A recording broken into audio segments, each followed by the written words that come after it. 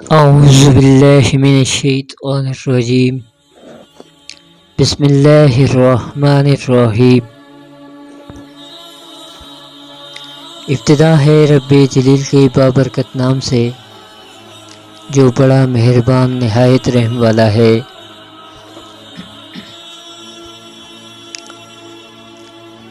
جب کوئی جماعت سرکشی پر اتر آتی ہے، عدل و انصاف دنیا سے محو ہونے لگتا ہے، قانون خداوندی کے خلاف علم و بغاوت بلند کیا جاتا ہے، ظالموں کے ناپاک اثر سے قوموں کے اخلاق تباہ و برباد ہوتے ہیں، تو ایسی حالت میں جنگ جائز ہی نہیں بلکہ فرض ہو جاتی ہے۔ اس وقت انسانیت کی سب سے بڑی خدمت یہی ہوتی ہے کہ ان ظالم بھیڑیوں کے خون سے صفحۂ ہستی کے سینے کو سرخ کر دیا جائے اور ان مفسدوں کے شر سے اللہ کے مظلوم اور بے کس بندوں کو نجات دلائی جائے،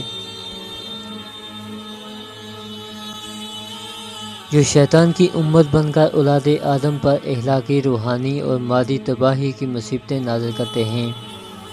وہ لوگ انسان نہیں بلکہ انسانوں کی شکل میں اور صورت میں درندے اور انسانیت کے حقیقی دشمن ہوتے ہیں، جن کے ساتھ اصلی ہمدردی یہی ہے کہ ان کو صفحۂ ہستی سے حرف غلط کی طرح مٹا دیا جائے۔ ایسے وقت میں ہر سچے انسانیت کے ہمدرد اور غمخوار کا اولین فرض ہے کہ ایسے لوگوں کے خلاف تلوار اٹھائے اور اس وقت تک آرام نہ کرے جب تک کہ خدا کی مخلوق کو اس کے کھوئے ہوئے حقوق واپس نہ مل جائیں۔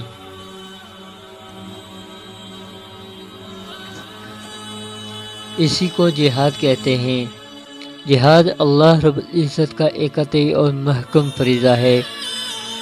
اللہ تعالیٰ نے اس فریضے کی ادائیگی کے لیے اپنے پیارے حبیب صلی اللہ علیہ وآلہ وسلم کو 27 سے زائد مرتبہ میدان جنگ میں نکالا۔ آقا مدنی صلی اللہ علیہ وآلہ وسلم کی حیات مبارکہ کے 10 قیمتی اور مبارک سال اس فریضہ کی انجام دہی میں صرف ہوئے۔ یہی نہیں بلکہ اس مبارک فریضہ کی ادائیگی میں آقا مدنی صلی اللہ علیہ وآلہ وسلم کے دندان مبارک بھی شہید ہوئے، آپ کا خون مبارک بہا اور آپ کے رخسار اور پہلو پر زخم آئے۔ اس لیے حضرات صحابہ کرام نے اس عبادت کو اپنی زندگی کا نصب العین بنا لیا۔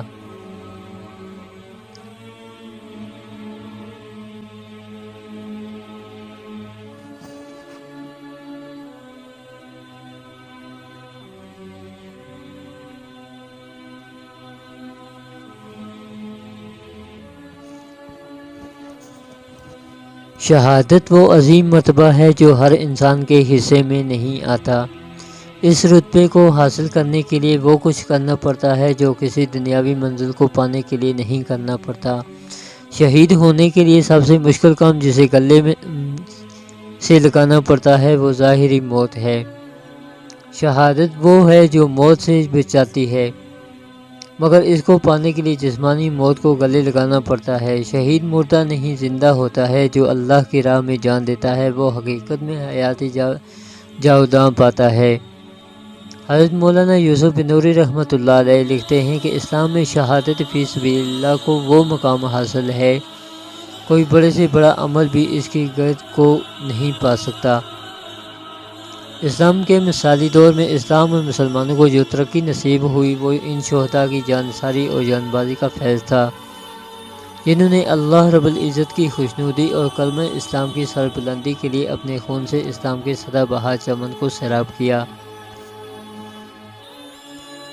شہادت سے ایک ایسی پائیدار زندگی نصیب ہوتی ہے جس کا نقش دوام جریدہ عالم پر مثبت رہتا ہے، جسے صدیوں کا گرد و غبار بھی نہیں دھندلا سکتا، جس کے نتائج و ثمرات انسانی معاشرے میں رہتی دنیا تک قائم و دائم رہتے ہیں۔ کتاب اللہ کی آیات اور رسول اللہ صلی اللہ علیہ وآلہ وسلم کی احادیث میں شہادت و شہید کے اس قدر فضائل بیان ہوئے ہیں کہ عقل حیران رہ جاتی ہے اور شک و شبہ کی ادنیٰ گنجائش بھی باقی نہیں رہتی۔ مقامات شہادت بے شمار ہیں۔ اختصار کے پیش نظر چند ایک آیتوں کا ترجمہ ذیل میں نقل کیا جا رہا ہے۔ جیسا کہ اللہ تعالیٰ کا ارشاد ہے، جو لوگ اللہ کی راہ میں قتل کیے جاتے ہیں ان کے بارے میں یہ نہ کہو کہ وہ مردہ ہیں، بلکہ وہ تو زندہ ہیں لیکن تمہیں خبر نہیں۔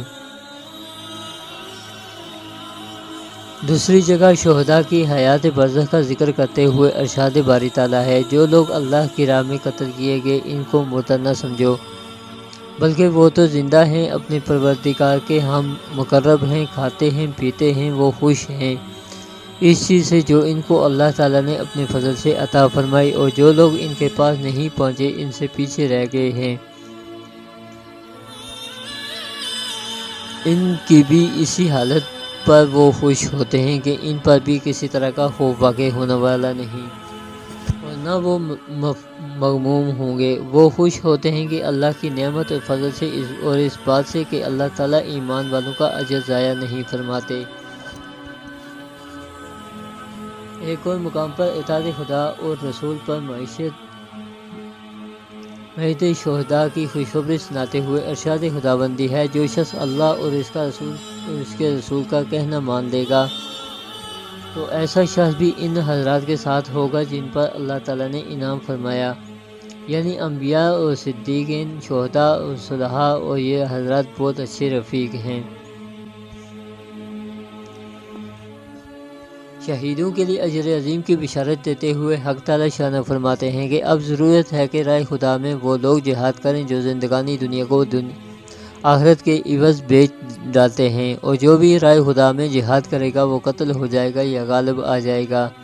دونوں صورتوں میں ہم سے اجر عظیم عطا کریں گے۔ ان آیات کریمہ سے اندازہ لگایا جا سکتا ہے کہ اللہ کے نزدیک شہید کا مقام و مرتبہ کس درجہ بلند و بالا اور عرفہ والا ہے۔ فضائل شہادت احادیث مبارکہ کی روشنی میں نبی کریم صلی اللہ علیہ وآلہ وسلم نے شہادت کی تمنا کرتے ہوئے فرمایا، اس ذات کی قسم جس کے ہاتھ میں میری جان ہے، میری آرزو ہے کہ میں اللہ کے راستے میں جنگ کروں اور قتل کیا جاؤں، پھر زندہ کیا جاؤں، پھر قتل کیا جاؤں، پھر زندہ کیا جاؤں، پھر قتل کیا جاؤں۔ حضرت عبداللہ بن عباس رضی اللہ تعالی عنہ بیان فرماتے ہیں کہ حضور نبی کریم صلی اللہ علیہ وآلہ وسلم نے ارشاد فرمایا، شہداء جنت کے دروازے پر دریا کے کنارے ایک محل میں رہتے ہیں اور ان کے لیے صبح شام جنت سے رزق لایا جاتا ہے۔ عبداللہ بن عباس رضی اللہ تعالی عنہ بیان فرماتے ہیں کہ حضور نبی کریم صلی اللہ علیہ وآلہ وسلم نے ارشاد فرمایا، شہداء جنت کے دروازے پر دریا کے کنارے ایک محل میں رہتے ہیں اور ان کے لیے صبح شام جنت سے رزق لایا جاتا ہے۔ حضرت انس بن مالک رضی اللہ تعالی عنہ سے روایت ہے کہ حضور نبی کریم صلی اللہ علیہ وآلہ وسلم نے ارشاد فرمایا، جب بندے قیامت کے دن حساب کتاب کے لیے کھڑے ہوں گے تو کچھ لوگ اپنی تلواریں گردنوں پر اٹھائے ہوئے آئیں گے اور ان سے خون بہہ رہا ہوگا، وہ جنت کے دروازوں پر چڑھ دوڑیں گے اور پوچھا جائے گا، یہ کون لوگ ہیں؟ جواب ملے گا، یہ شہداء ہیں جو زندہ تھے اور انہیں روزی ملتی تھی۔ حضرت مسعود تابعی رحمۃ اللہ علیہ فرماتے ہیں کہ ہم نے حضرت عبداللہ بن مسعود رضی اللہ تعالی عنہ سے اس آیت کی تفسیر دریافت کی،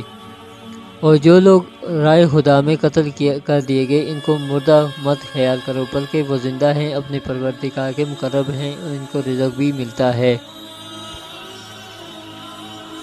تو انہوں نے ارشاد فرمایا کہ ہم نے رسول اللہ صلی اللہ علیہ وآلہ وسلم سے اس کی تفسیر دریافت کی، تو آپ صلی اللہ علیہ وآلہ وسلم نے ارشاد فرمایا، شہیدوں کی روحیں سبز پرندوں کے جوف میں سواری کرتی ہیں، ان کی قرارگاہ وہ قندیلیں ہیں جو عرش الہی سے آویزاں ہیں، وہ جنت میں جہاں چاہیں سیر و تفریح کرتی ہیں، پھر لوٹ کر انہی قندیلوں پر قرار پکڑتی ہیں۔ ایک بار ان کے پروردگار نے ان سے بالمشافہ خطاب کرتے ہوئے فرمایا، کیا تم کسی چیز کی خواہش رکھتے ہو؟ عرض کیا، ساری جنت ہمارے لیے مباح کر دی گئی ہے، ہم جہاں چاہیں آئیں جائیں، اس کے بعد اب کیا خواہش باقی رہ سکتی ہے؟ حق تعالیٰ نے 3 بار اصرار فرمایا کہ اپنی کوئی چاہت ہو تو ضرور بیان کرو۔ جب انہوں نے دیکھا کہ کوئی نہ کوئی خواہش عرض کرنی پڑے گی تو عرض کیا، اے پروردگار، ہم یہ چاہتے ہیں کہ ہماری روحیں ہمارے جسموں میں دوبارہ لوٹا دی جائیں تاکہ ہم تیرے راستے میں ایک بار پھر جام شہادت نوش کریں۔ اللہ تعالیٰ کا مقصد یہ ظاہر کرنا تھا کہ اب ان کی کوئی خواہش باقی نہیں، چنانچہ جب یہ ظاہر ہو گیا تو ان کو چھوڑ دیا گیا۔ حضرت جابر بن عبداللہ رضی اللہ تعالیٰ عنہ بیان کرتے ہیں کہ حضور اکرم صلی اللہ علیہ وآلہ وسلم نے ایک دن مجھے دیکھا تو فرمایا، اے جابر کیا بات ہے، تم فکر مند نظر آتے ہو۔ میں نے عرض کیا، اے اللہ کے رسول، میرے والد شہید ہو گئے ہیں اور اپنے اوپر قرضہ اور اہل و عیال چھوڑ گئے ہیں۔ حضور اکرم صلی اللہ علیہ وآلہ وسلم نے ارشاد فرمایا، کیا میں تمہیں نہ بتاؤں کہ اللہ تعالیٰ نے جب بھی کسی سے بات کی تو پردے کے پیچھے سے کی، لیکن تمہارے والد سے آمنے سامنے بات فرمائی اور کہا، مجھ سے جو مانگو میں دوں گا۔ تمہارے والد نے کہا، مجھے دنیا میں واپس بھیج دیے تاکہ دوبارہ شہید ہو سکوں۔ اللہ تعالیٰ نے ارشاد فرمایا، میری طرف سے پہلے ہی فیصلہ ہو چکا ہے کہ کسی کو واپس نہیں جانا۔ تمہارے والد نے کہا، اے میرے پروردگار، پیچھے والوں کو ہماری حالت کی اطلاع دے دیجیے۔ اس پر اللہ تعالیٰ نے یہ آیات نازل فرمائیں۔ اللہ پاک سے دعا ہے کہ اللہ پاک ہمیں بھی شہادت کے عظیم مرتبے سے سرفراز فرمائے اور ہمیں اپنے پیارے حبیب صلی اللہ علیہ وآلہ وسلم کے نقش قدم پر چلنے کی توفیق عطا فرمائے اور فلسطین کے تمام مسلمانوں کی مدد فرمائے اور شہداء کے درجات کو بلند فرمائے۔ وآخر دعوانا ان الحمد للہ رب العالمین۔